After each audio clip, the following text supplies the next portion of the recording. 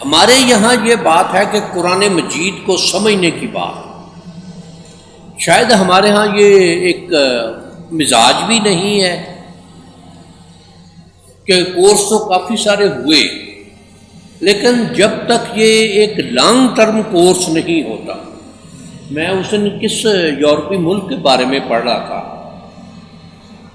کہ پورے پہلی سے یعنی سٹارٹ سے ففتھ تک 5 سال کوئی کتاب نہیں ہے لینگویجز۔ اب میرے اگر بس میں ہو تو میں صرف 5ویں تک لینگویجز، عربی، اردو، فارسی، انگریزی، 4 زبانیں اور میتھ، یہ 5 سال پڑھایا جائے اس کو بچے کو، اس کے بعد پھر اور ایڈیشن ساتھ کیے جائیں۔ میٹرک میں جب پہنچے بچہ تو 3-4 سے زیادہ سبجیکٹ نہیں ہونے چاہیے اس کے۔ ہسٹری ہمارے ہاں نکمہ ترین سبجیکٹ بن گیا ہے، اور اگر ہسٹری اپنی معلوم نہیں ہے تو وہ بیکار ہے آدمی۔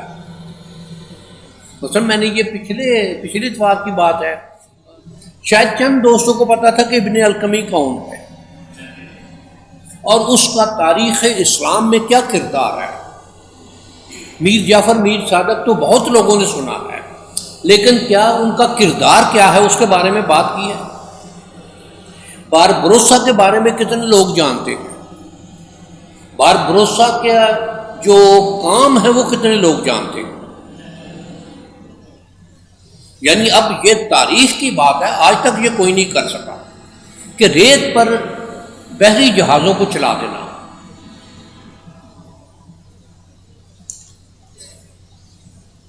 اور شاید سینکڑوں میل کا فاصلہ ہے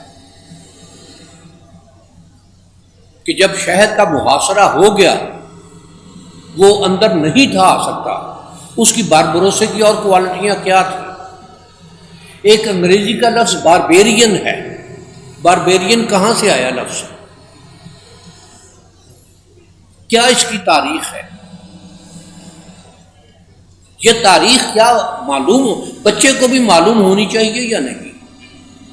اب مثلا باربیرین انگریزی کا لفظ جو ہے وہ انتہا وہ یہ کہ بہت ہی سخت مکروہ شخص، ظالم شخص، یہ اس کے بارے میں باربیرین استعمال کیا ہے۔